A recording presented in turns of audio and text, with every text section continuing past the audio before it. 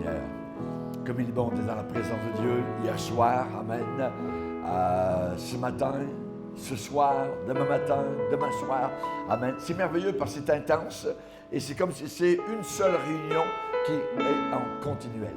Et nous glorifions le Seigneur pour ce que nous avons entendu hier au travers des Écritures. Et aujourd'hui, donc particulièrement, nous allons voir un message d'exhortation dirigé pour les chrétiens et les dirigeants à l'intérieur de l'Église. C'est-à-dire ceux qui sont, je dirais, habilités à servir le Seigneur dans les comités, dans l'école de dimanche, dans l'administration, dans le nettoyage, quoi que ce soit. Et nous allons voir un message, évidemment, pour la manière avec laquelle nous devons remporter le prix. Nous sommes dans une course chrétienne, course qui est très courte, mais en même temps très longue. Et nous avons besoin donc d'agir en conséquence par rapport donc à ce domaine-là. Alléluia. Si vous voulez bien, nous allons ouvrir la parole de Dieu dans un passage de l'épître aux Corinthiens, la première épître aux Corinthiens, et nous allons lire au chapitre 9 et à partir du verset 24. Alléluia. Pas besoin. 1 Corinthiens 9, verset 24. L'apôtre Paul déclare « Ne savez-vous pas que ceux qui courent dans le stade courent tous, mais un seul remporte le prix. Courez de manière à le remporter. Tous ceux qui combattent s'imposent toute espèce d'abstinence, et ils le font pour obtenir une couronne corruptible. Mais nous, faisons-le pour une couronne incorruptible. Moi donc, je cours, non pas comme à l'aventure, je frappe, non pas comme battant l'air, mais je traite durement mon corps et je le tiens assujetti de peur d'être moi-même rejeté après avoir prêché aux autres. Seigneur, nous sommes devant toi, nous avons devant nous un texte émouvant, puissant. Nous sommes des coureurs, nous sommes dans le stade de la course chrétienne et nous voulons courir d'une certaine manière. Seigneur, te demandons de nous aider à garder cette façon de courir, cette manière pour remporter le prix. Nous te le demandons, Seigneur, de nous aider à comprendre aujourd'hui ce que le Saint-Esprit veut nous dire. Nous te prions, Père, dans le nom puissant, le nom glorieux de celui qui n'a aucun commencement et qui n'aura jamais aucune fin, de celui qui est venu sur la planète Terre pour nous délivrer et nous sauver de nos péchés. Merci Seigneur. Amen et Amen. Et tout le peuple dit Amen. Amen. On peut s'asseoir, chers amis, frères et sœurs. J'aimerais vous parler sur la façon pour remporter le prix. Il y a des gens qui courent, mais un jour s'arrêtent. Et évidemment, ils seront, selon la Bible, rejetés. Ce qui veut dire adokimos en grec, cela veut dire disqualifiés. Parce qu'ils n'auront pas couru de la bonne manière.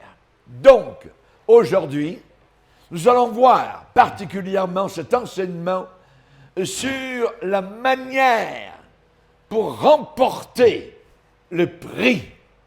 Aujourd'hui au ciel, il y a nos prédécesseurs qui sont arrivés, qui ont couru de la bonne manière, et ce sont eux que nous devons imiter. pourquoi vouloir, je dirais, courir une course si ce n'est pas pour gagner? Dans le stade, ceux qui courent, les athlètes, les olympiques, ils courent pour gagner. Nous aussi. Et l'image reste très vivante au travers de tous les siècles depuis l'apôtre Paul. Il n'y a aucun véritable athlète qui veut arriver deuxième.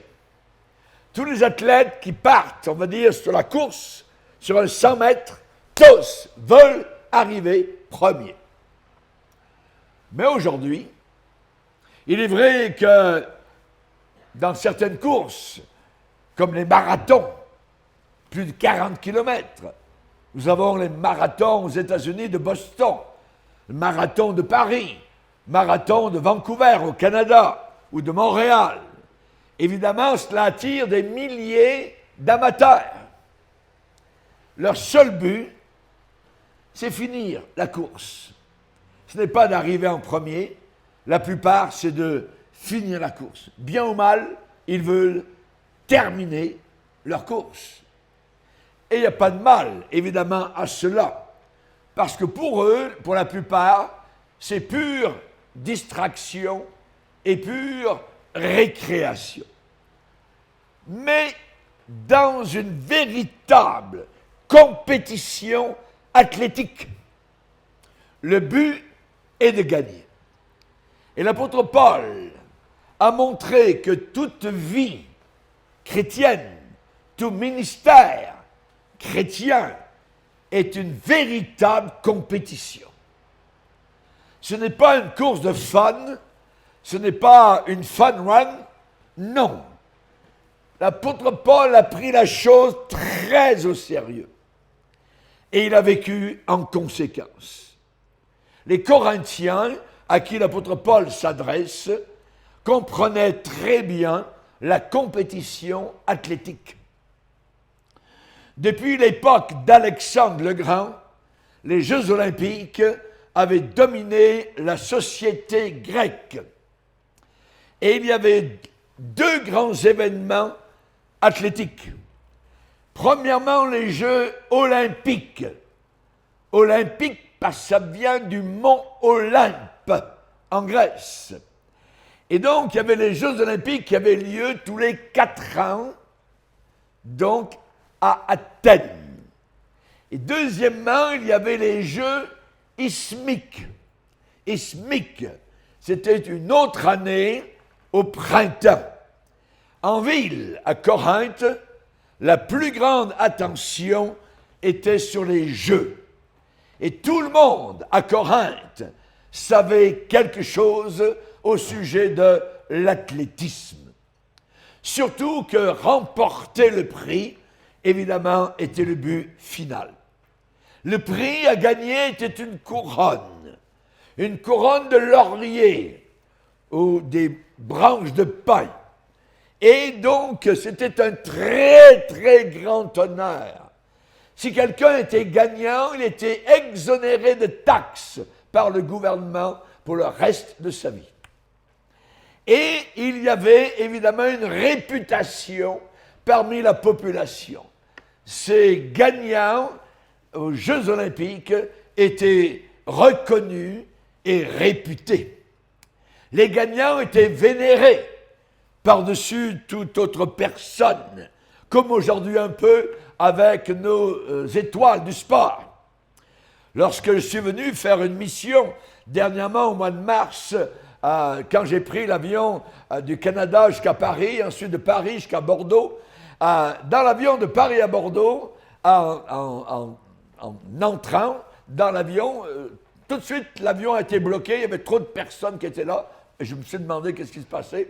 Je me suis levé un peu sur mes orteils et j'ai vu que beaucoup de personnes prenaient des photos avec leur téléphone sur un certain homme.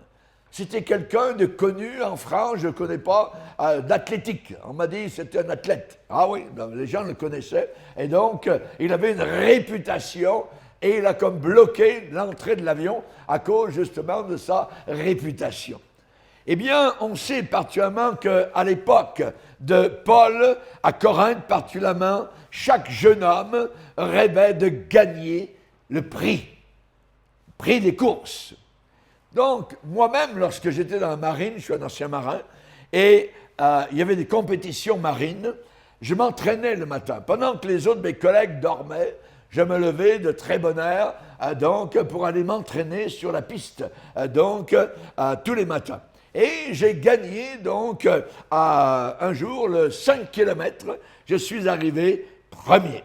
À cette époque-là, c'était ma vie, à cette époque-là, j'aimais le sport. Et quand je pense, évidemment, au sacrifice que j'étais prêt à faire pour, évidemment, courir sur une piste, je me dis qu'aujourd'hui, étant chrétien et en plus pasteur, alors je peux faire des efforts pour gagner un autre prix, une autre course, celle qui est céleste. Alléluia. Gloire à Dieu. Les athlètes terrestres, ils le font, dit l'apôtre Paul, pour obtenir une couronne corruptible. Corruptible. Pour des lauriers corruptibles. Laurus nobilis.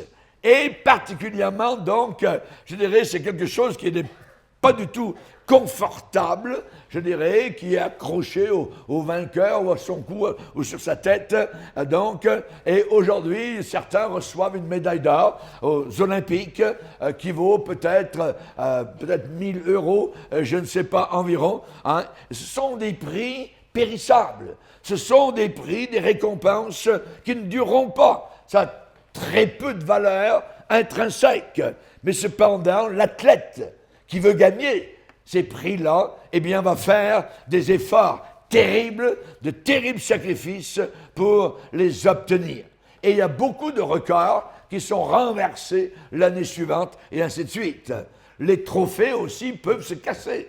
Et s'ils se cassent, vous prenez le balai, pouf, et vous mettez ça à la poubelle. Donc, évidemment, les accolades terrestres sont très passagères, transitoires, éphémères. Hein, tout passe, tout lasse, tout casse, voyez. Mais cependant, les athlètes sont prêts à faire d'immenses efforts de longue durée pendant des années pour gagner les prix.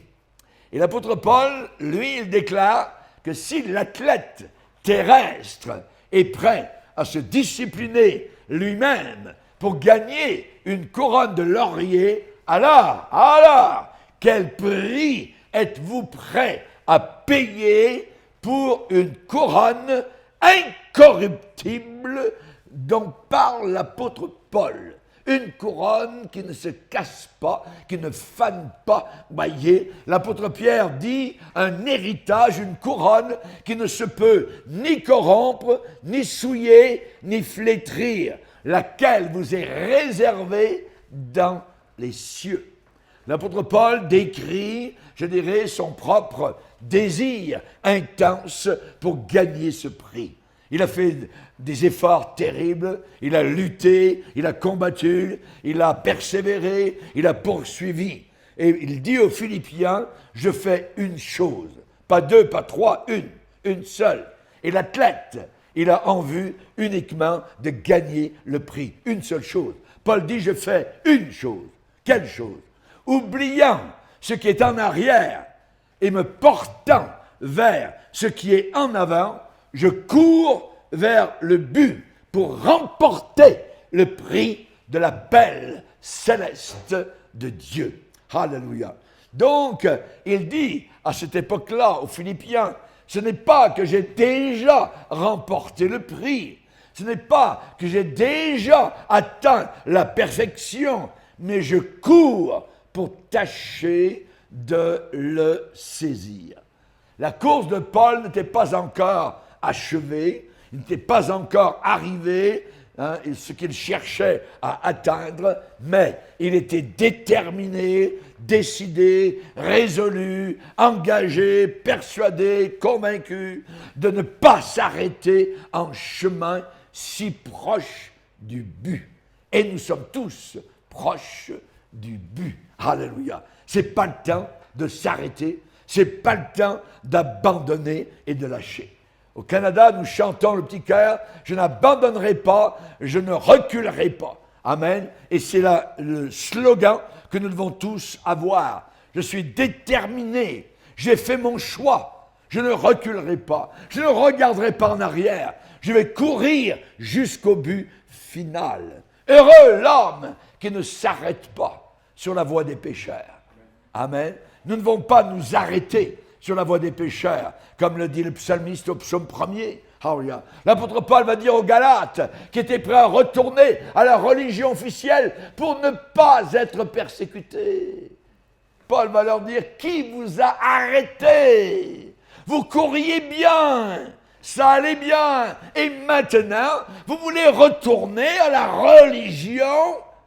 Vous voulez retourner à cette religion qui ne vous a jamais rien apporté, alors que maintenant vous avez connu Jésus-Christ? Voyez? Donc Paul leur parle. Regarder en arrière est très mauvais. Jésus lui-même a dit, quiconque met les mains à la charrue et regarde en arrière n'est pas propre pour le royaume de Dieu. Il faut continuer à regarder de l'avant. Si on regarde en arrière ou si on regarde tout autour, voyez, l'athlète, il ne regarde pas tout autour. Il ne regarde pas dans le stade les gens qui sont là en train de les regarder. Il regarde la ligne d'arrivée, paf! Le départ a été donné, et il court jusqu'à la ligne d'arrivée. Il ne regarde pas autour, il regarde en avant. Et c'est la même chose pour chacun et chacune d'entre nous. Amen. Vous me comprenez? Alléluia. Gloire au Seigneur. Donc, évidemment, il ne faut pas ralentir. Il faut regarder notre objectif en ligne de mire, oubliant l'arrière, me portant vers ce qui est en avant. En avant, je cours vers le but pour remporter le prix de la vocation céleste. Voilà ce que tout coureur doit faire. Imaginez une équipe de quatre coureurs dans une course de relais, différentes équipes.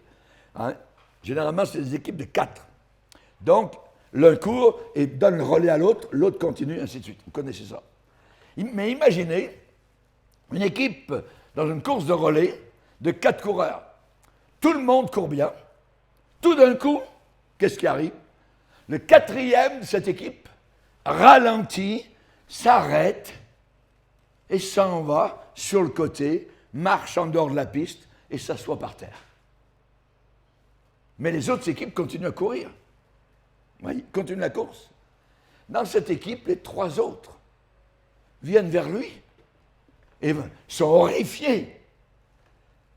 Monsieur est en train d'ajuster ses chaussettes de façon nonchalante et les 3 autres de l'équipe lui crient. Mais qu'est-ce qui t'est arrivé? Qu'est-ce que tu fais? Et le monsieur répond, je ne sais pas, j'ai seulement pensé ne plus courir, j'ai pensé m'arrêter. Ah oui! Tous les autres, les 3 autres sont prêts à sauter sur lui, à le prendre à la gorge. Pourquoi? Parce qu'eux voulaient gagner. Ils voulaient gagner, ils avaient les yeux sur le prix à remporter.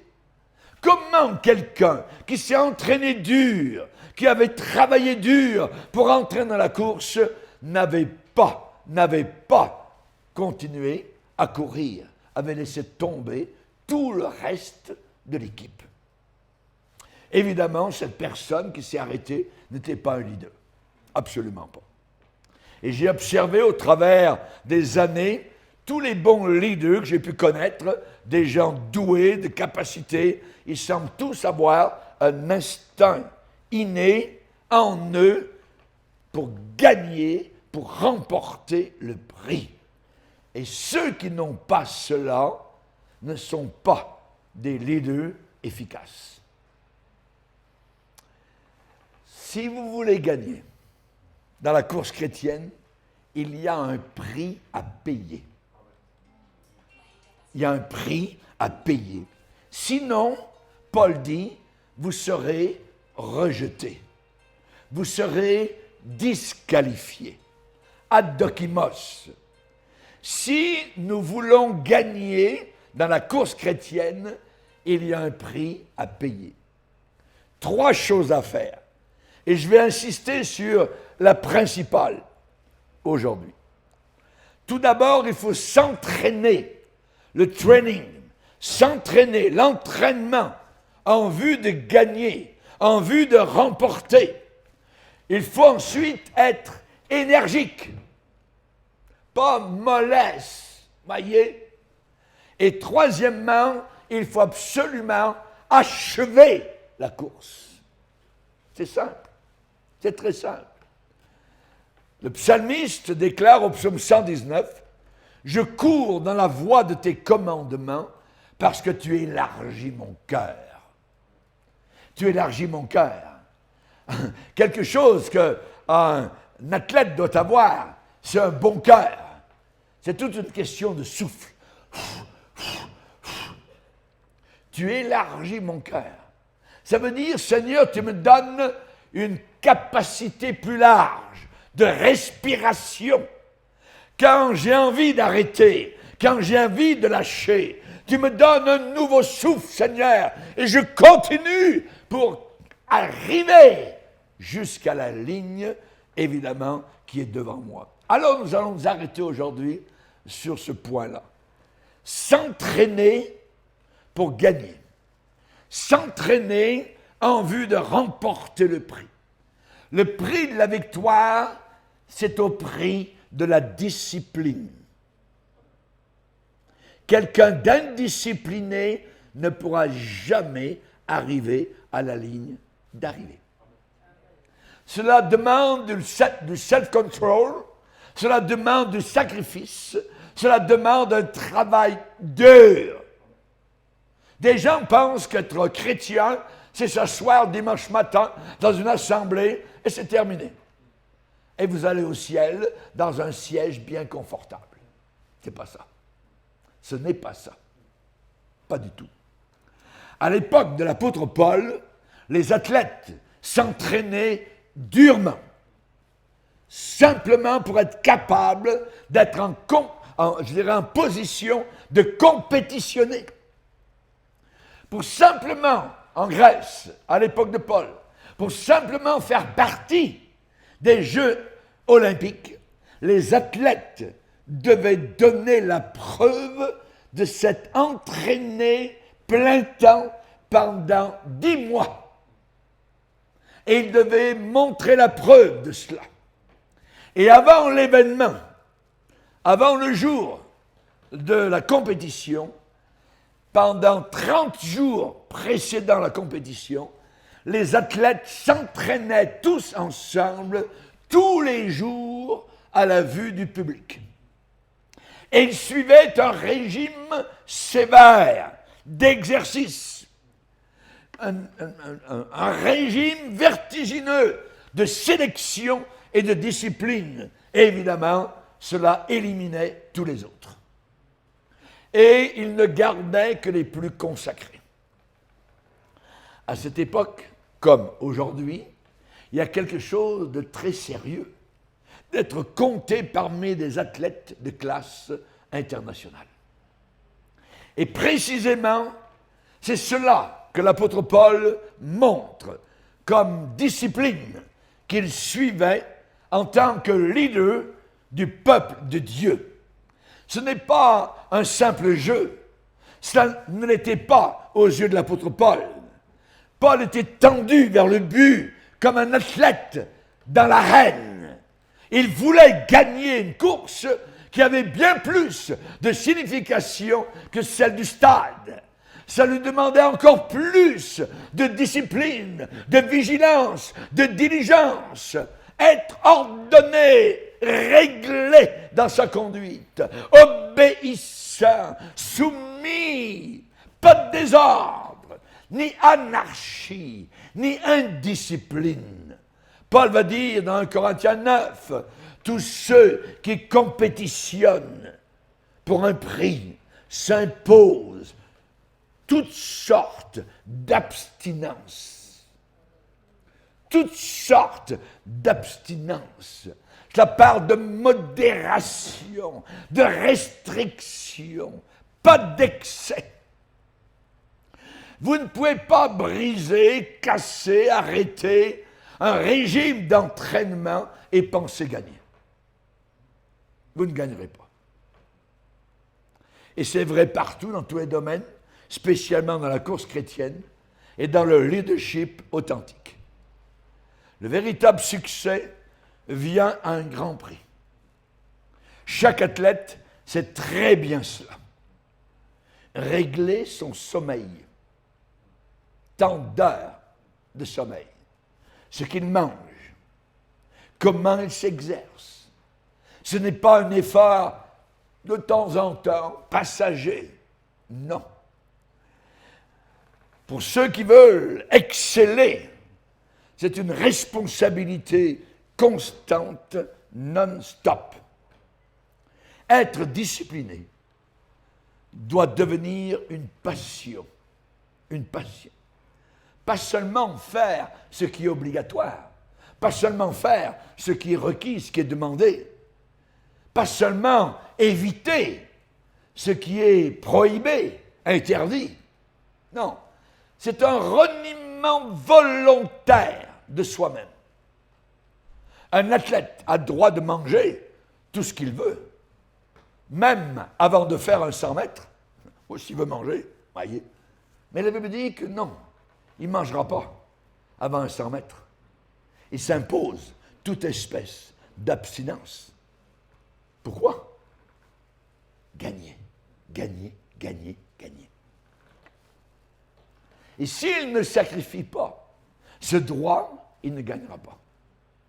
Jésus a dit, si quelqu'un veut me suivre, qu'il renonce. Renoncer, c'est un verbe d'action qui veut dire, qui signifie dire non. Renonce. Dis non. Si quelqu'un veut me suivre, qu'il renonce à quoi? À qui? À lui-même. À lui-même. Et qu'il me suive. Qu'il porte sa croix. Une croix. Un instrument de torture. Chaque jour. Tous les jours. Paul va dire à Timothée, exerce-toi, Timothée, à la piété. Pourquoi? Parce que l'exercice corporel est utile à peu de choses, tandis que la piété est utile à tout, ayant la promesse de la vie actuelle et de celle qui est à venir. Donc, exerce-toi à la piété, pratique la piété, sois discipliné à être pieux, c'est utile à tout. À tout. Pourquoi? Eh bien, parce que faire du sport, oui, c'est utile à peu de choses, mais je te dis, qui de vous peut ajouter une seule journée à sa vie? Vous pouvez faire autant de sport que vous voulez, aller autant chez le médecin, puis manger de bio, tout ce que vous voulez, ça n'ajoutera pas une seule journée à votre vie. C'est Jésus qui dit ça. Qui de vous peut ajouter une seule coudée, une seule journée à sa propre vie? Non. Dieu a décidé le jour où vous allez mourir. Vous pouvez mourir à 30 ans, à 40 ans, à 80, à 100 ans, hein, ou à 18 ans. C'est Dieu qui décide. Et particulièrement, nous voyons que Paul, pour gagner cette course, alors qu'il était en train de courir la course chrétienne, eh bien, il a voulu que l'Évangile n'ait aucun obstacle par son exemple. Donc, quand il est arrivé dans certaines villes, il ne demandait pas de salaire.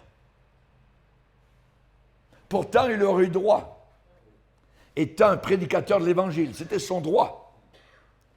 Tout ouvrier mérite son salaire. Mais lui, non.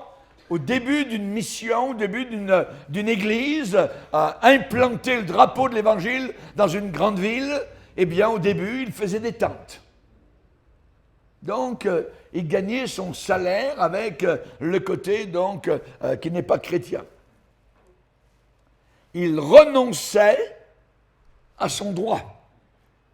Et il va dire, quelle est donc ma récompense si je fais cela? C'est d'offrir gratuitement l'Évangile que j'annonce sans user de mon droit de mon autorité de prédicateur de l'Évangile. Pour que l'Évangile puisse aller dans les cœurs, se répandre sans qu'il n'y ait aucune barrière, sans que les gens disent « Ah, il le fait pour l'argent ». Donc Paul dit « Tout m'est permis, mais tout n'est pas utile. Tout est permis, mais tout n'édifie pas. » Donc on voit que l'apôtre Paul avait volontairement mis de côté, abandonné ses droits d'apôtre en faveur des chrétiens. Et d'un autre côté, eux, les chrétiens de Corinthe, étaient tellement soucieux de proclamer leurs droits qu'ils se poursuivaient les uns les autres en justice devant les tribunaux païens. Ah! Imaginez. Paul va leur dire, un frère plaide contre un autre frère, et cela devant des infidèles, devant des païens. Pourquoi ne souffrez-vous pas plutôt quelque injustice?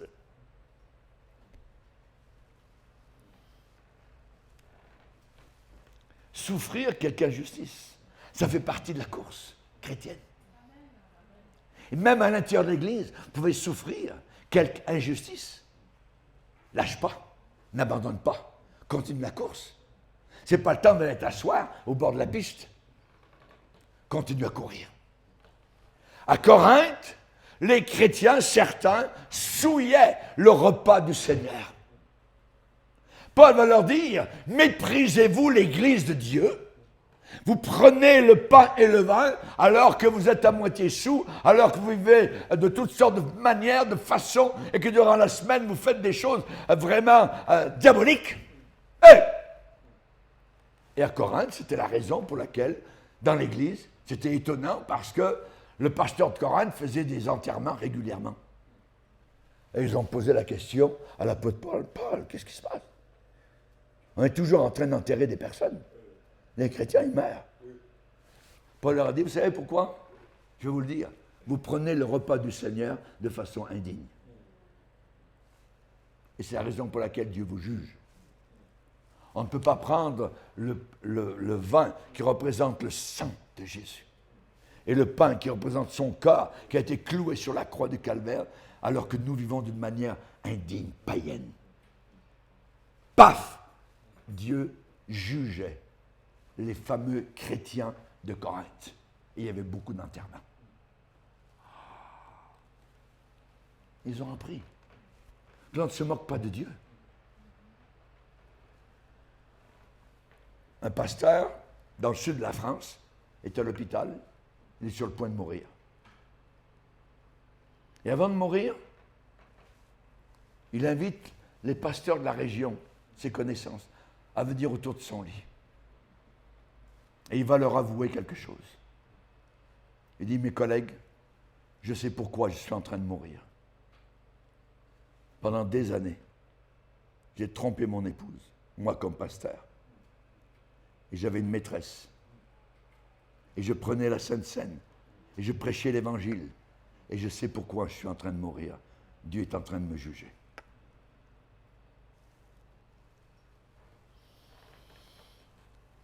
Nous voyons qu'on peut être adokimos. On peut être disqualifié.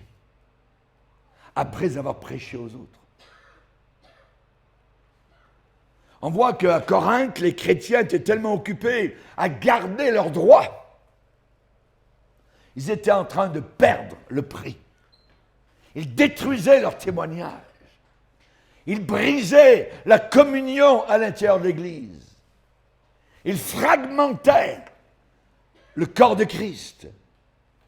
Et tous leurs problèmes avaient une seule origine, une seule source, manque de discipline. Manque de discipline.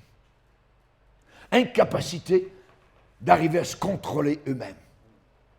Ils ne voulaient absolument pas abandonner leurs droits, renoncer à leurs droits. Ils avaient besoin, pourtant, expressément de suivre l'exemple de l'apôtre Paul. Si des athlètes dans le monde sont capables de se discipliner pour une récompense périssable, Alors les chrétiens devraient aussi pouvoir se discipliner pour une couronne incorruptible, inaltérable, impérissable, imputrescible. Pourquoi la discipline est-elle si importante?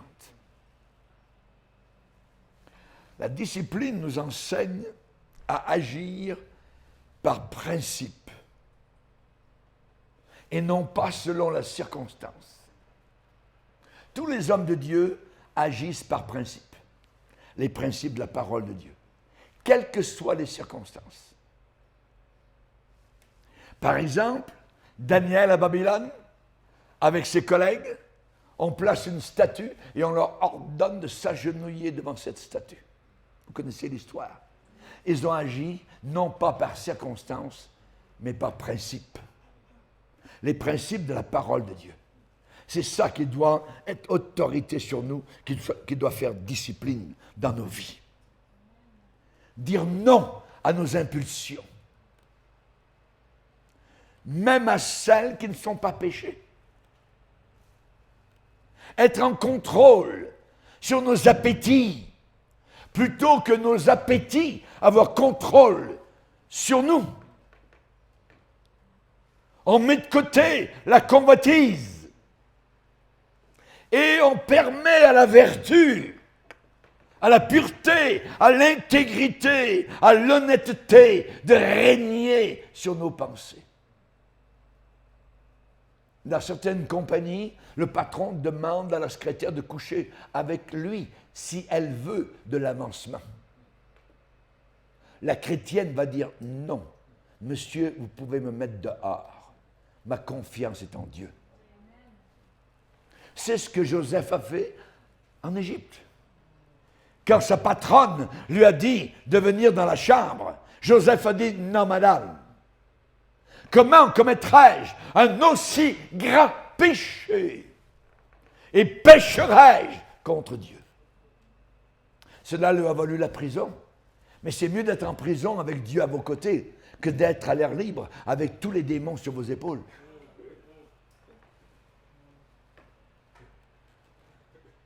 Quand l'apôtre Paul discourait avec un gouverneur appelé Félix, de quoi parlait-il? Comment annonçait-il l'évangile?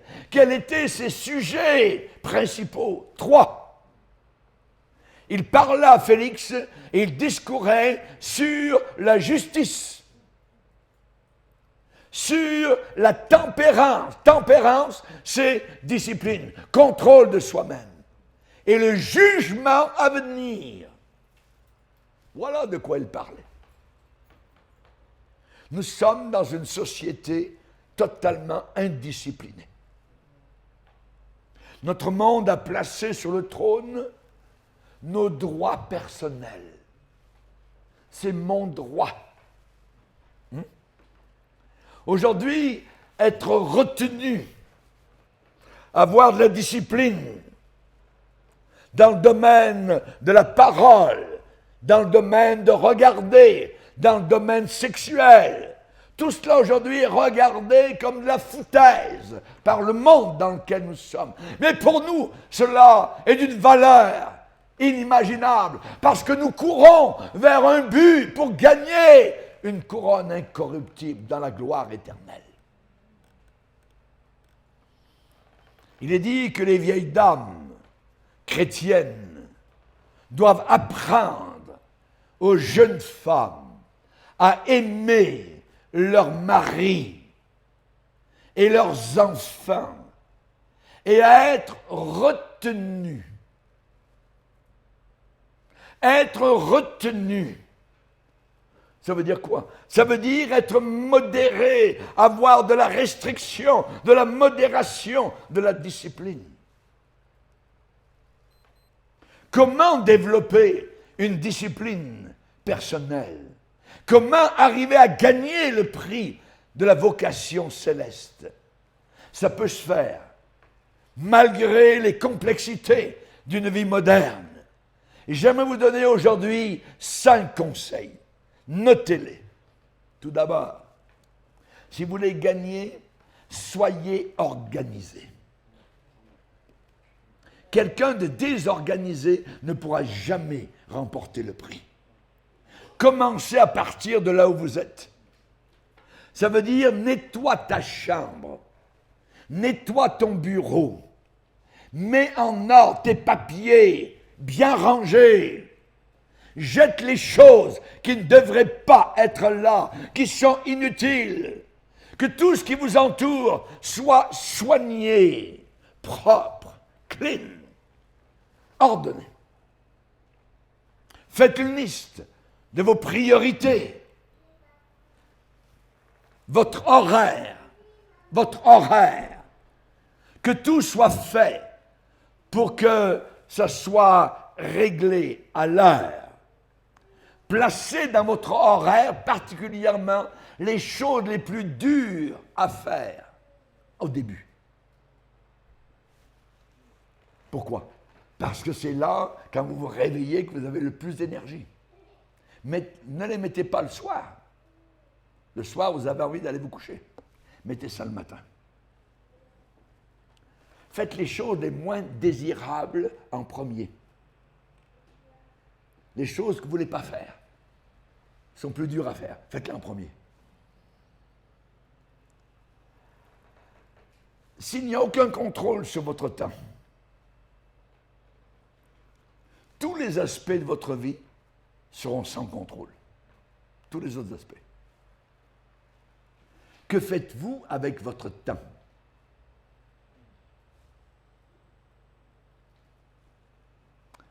Si vous n'agissez pas sévèrement, avec l'horaire que vous avez planifié pour vous-même, votre vie sera remplie de crises et de problèmes. Vous ne pouvez pas être un bon serviteur de Dieu si vous êtes toujours à la merci des choses qui sont hors de votre contrôle. Non. Il faut avoir le contrôle sur les choses, les situations, les heures, les circonstances. Apprends-nous, Seigneur, à bien compter nos jours. Paul va dire à une femme à l'intérieur de l'Église, mauvaise femme, corrompue, en plus qui enseignait en avant, ces fameuses femmes pasteurs qu'on parle aujourd'hui. Trouvez-moi dans la Bible des femmes pasteurs. Ça n'existe pas. C'est toujours des hommes. Dieu va dire à cette femme, à Thyatire, je lui ai donné du temps. Ce qui veut dire que le temps est quelque chose qui nous est donné par Dieu. Et je peux gaspiller mon temps ou alors le valoriser. Utilisez votre temps avec sagesse.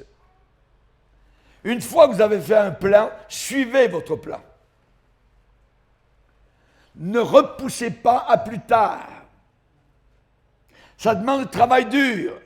Ne perdez pas votre temps. Restez occupés.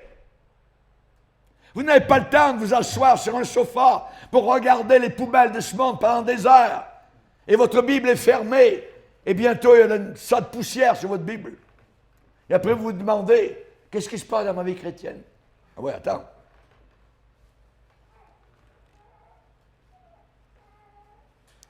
Quand il y a des heures de réunion, arrivez à l'heure à la réunion. L'heure, c'est l'heure. Si c'est à 10 heures, prévoyez d'être là à 10 heures moins quart ou 9h30. Donc, vous prévoyez chez vous l'heure à laquelle vous devez partir. C'est à vous de prévoir cela. Si votre patron vous demande d'arriver au boulot à 6 heures le matin, vous n'arriverez pas à 6h10. Vous allez honorer votre patron sur la terre et le patron du ciel, vous allez lui c'est pas à peu près, jamais de la vie. Vous n'y arriverez pas. Vous allez être adokimos, disqualifié, rejeté. Donc, perdre son temps, c'est le sommet de la folie. La Bible dit de vous conduire avec circonspection. Ça veut dire quoi, circonspection? Ça veut dire en faisant bien attention. non comme des insensés, des fous ou des folles, mais vous conduire comme des sages. Rachetez le temps. On a assez perdu de temps dans le passé. Maintenant que nous sommes devenus chrétiens, il faut que ce temps soit valorisé à 100% pour le Seigneur.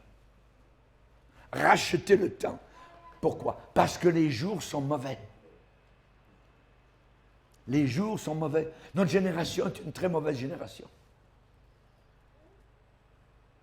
Dieu a dit au sujet de Jézabel à l'église de Thyatire, je lui ai donné du temps. Elle ne veut pas se repentir. Je lui ai donné du temps pour qu'elle ajuste sa vie, pour qu'elle fasse, je dirais, amende honorable. Qu'elle arrête de vivre ce genre de vie, de donner ce genre de conseils à mes serviteurs. Je n'ai jamais rencontré quelqu'un qui perdait son temps de façon habituelle et qui pouvait demeurer organisé. Non. C'est vrai qu'on a besoin de temps en temps d'un temps de loisir, de repos. C'est vrai. Jésus a reconnu cela. C'est essentiel. Un jour, il a dit à ses disciples, venez à l'écart dans un lieu désert, reposez-vous un peu. Mais il a dit un peu. Il y a des gens qui se reposent toute leur vie. Ils dorment toute leur vie. Ils peuvent dormir 12 heures. Ils se couchent à minuit, dans le matin, puis ils pensent être des victorieux. Jamais de la vie. Et même là, dans cette partie, je dirais, de repos dans votre vie, soyez disciplinés, organisés. Ayez toujours votre Bible. Le Seigneur a dit, quand tu iras en voyage, n'oublie jamais ta Bible. Parle-en. Parle-en. Tu en parleras quand tu seras chez toi à la maison, quand tu en parleras quand tu seras en voyage. N'oublie jamais la Bible. J'aimerais vous dire que vous devez trouver des façons pour être édifié. Pas seulement être diverti. Si vous passez des heures et des heures devant la télévision, je vais vous dire, vous allez devenir corrompu comme ce que vous regardez. Vous allez vous habituer. Le diable travaille goutte à goutte, petit à petit. Et un beau jour, la maison s'écroule. Quand vous avez un temps pour le repos, quand vous avez un temps pour relaxer, faites des choses qui nourrissent votre âme, plutôt que de nourrir vos appétits charnels. Lisez un bon livre, écoutez un bon prédicateur, quand vous en trouvez un. La Bible dit, jusqu'à quand aimerez-vous la vanité et chercherez-vous le mensonge? Psaume 4. Si on remplit notre esprit avec la vanité et le mensonge de ce monde et la folie de ce monde, avec des bonhommes et des bonnes femmes qui courent d'un lit à un autre, d'une femme à une autre, vous allez devenir la même chose.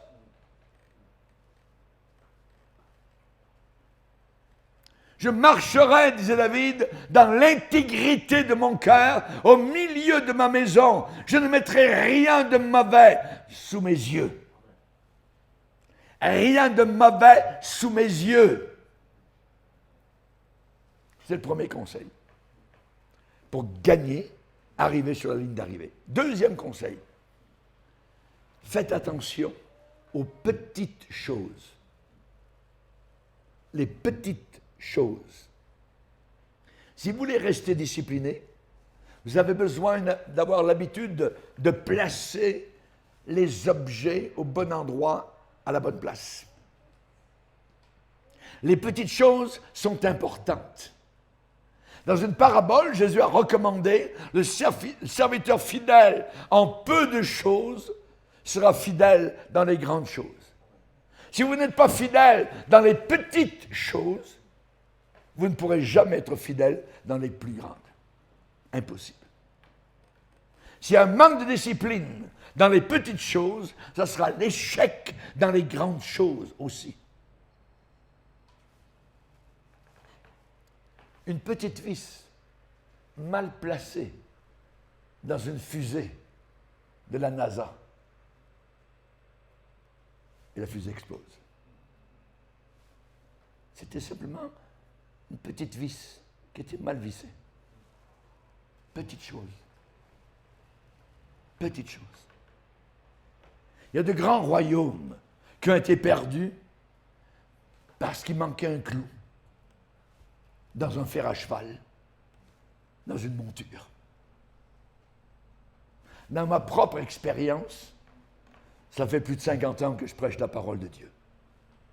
Je peux vous dire que ceux qui sont fidèles dans les petites choses, ce sont les mêmes personnes qui sont disciplinées dans des choses beaucoup plus importantes. Troisième conseil, acceptez d'autres responsabilités en plus de celles que vous avez. Et je vais m'expliquer. Quand vous voyez qu'il y a quelque chose qui a besoin d'être fait, portez-vous volontaire. Portez-vous volontaire. Aidez à solutionner les besoins des autres chaque fois que vous le pouvez. Soyez travailleurs, travailleuses, actifs, pas de paresse. Le précieux trésor d'un homme, c'est l'activité. Apprendre à porter des responsabilités supplémentaires est un très bon remède à la léthargie. On parle de bénévolat. Cherchez des façons d'utiliser vos dons, vos talents, vos capacités, vos ressources pour le bien des autres. Ayez un esprit de serviteur. Quelle est la carte de visite du chrétien?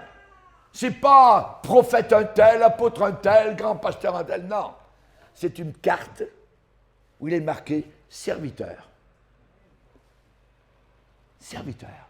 Paul a dit, quand il commence des épîtres, Paul, serviteur de Jésus-Christ. Paul, serviteur. Nous sommes des serviteurs. Dans le mot serviteur, il y a le mot service.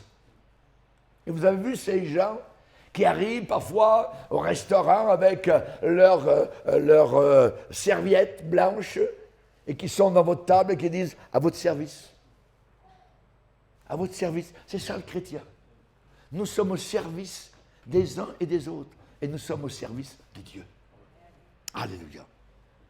Il y a un vieil adage, un vieux slogan, je dirais un vieux dicton qui dit « Si tu veux que quelque chose soit fait, alors demande-le à quelqu'un qui est déjà occupé. »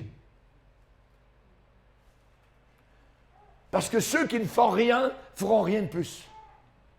Tandis que les personnes qui sont déjà actives et occupées diront « Ouais, c'est pas mal, mais ok, je vais le faire. » Parce qu'ils sont habitués à travailler, à rendre service. Si tu veux que quelque chose soit fait, alors demande-le à quelqu'un qui est déjà occupé. Parce que les gens qui sont habitués à travailler dur sont ceux qui font les choses à faire, qui réalisent les choses à faire.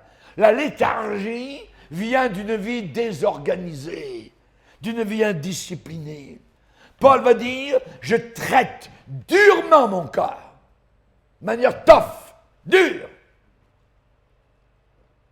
C'est pas mollement, durement, mon corps. Quatrième conseil.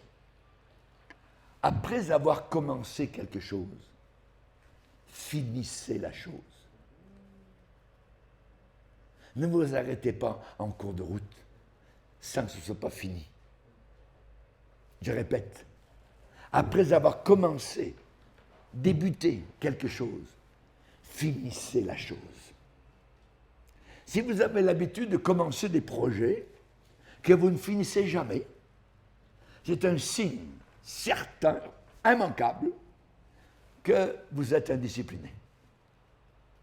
Il faut bien planifier, il faut compter le prix à payer. C'est ce qu'on fait quand on se marie. Il y a des gens qui disent, le jour du mariage, derrière leur tête, au moment de prononcer les promesses de mariage, ouais, jusqu'à ce que ça marche. Si ça ne marche pas, bye-bye. Il y en a des milliers qui m'attendent. Il y en a qui font ça avec la vie chrétienne.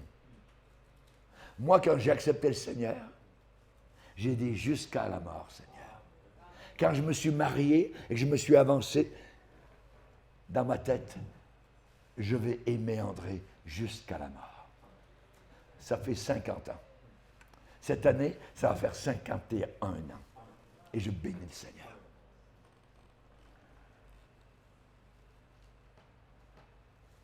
Dans l'évangile de Luc, Jésus parle d'une chose.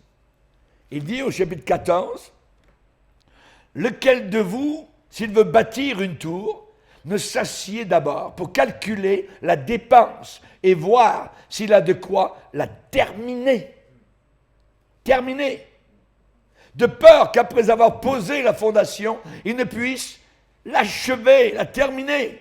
Et que tous ceux qui le verront ne se mettent à se moquer de lui en disant « Ah, cet homme a commencé à bâtir et il n'a pas pu terminer, achever. » Que de personnes nous avons vues dans le ministère venir au Seigneur et en cours de route, bye-bye, terminé, s'en vont vers le monde, attirés vers les sectes, attirés vers l'ancienne religion. C'est trop dur la vie chrétienne, tellement trop d'efforts, bye-bye. Voir s'il a de quoi la terminer. S'il n'arrive pas à l'achever, les autres autour vont dire « Ah, il n'a pas pu achever, Satan rigole, l'enfer saute de joie. » Jésus lui-même, avant de mourir, a prié le Père dans Jean 17. « Je t'ai glorifié sur la terre, j'ai achevé. J'ai achevé l'œuvre que tu m'as donné à faire. Je veux arriver sur la ligne d'arrivée, moi-même. Et je veux pouvoir dire, Père, je t'ai glorifié sur la terre. J'ai achevé l'œuvre que tu m'as donné à faire. » Pourquoi beaucoup de projets alors que vous n'avez pas fini ce que vous avez commencé auparavant? Pourquoi avoir de nouveaux projets tout le temps, puis ça, tous les projets, vous ne les finissez pas? Une telle habitude va rapidement miner la confiance des gens autour de vous.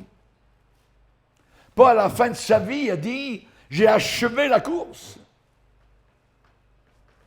Il a déclaré aux anciens de l'église d'Éphèse « Pourvu que je finisse le ministère que j'ai reçu du Seigneur ». L'Ecclésiaste déclare « La fin d'une chose vaut mieux que son commencement ». La fin.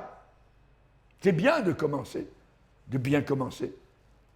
Mais il faut aussi bien finir. La Bible dit jusqu'à la fin. Pourvu que vous ayez la persévérance jusqu'à la fin.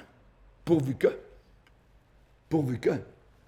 Le Seigneur va dire à l'église de Smyrne, oui, certains vont aller en prison à cause de l'Évangile, mais sois fidèle jusqu'à la mort, je te donnerai la couronne de vie. La Bible parle, soyez fermes, inébranlables, travaillant de mieux en mieux à l'œuvre du Seigneur.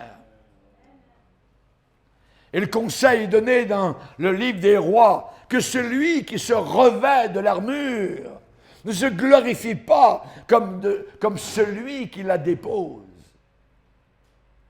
Quand on revêt l'armure du chrétien, c'est sur la ligne de début, au commencement, quand on est sauvé. Mais la Bible dit que celui qui se revêt de l'armure ne se glorifie pas comme celui qui la dépose. Celui qui la dépose, ça veut dire qu'il a été fidèle dans toute la bataille chrétienne jusqu'à la fin. Gardez vos engagements.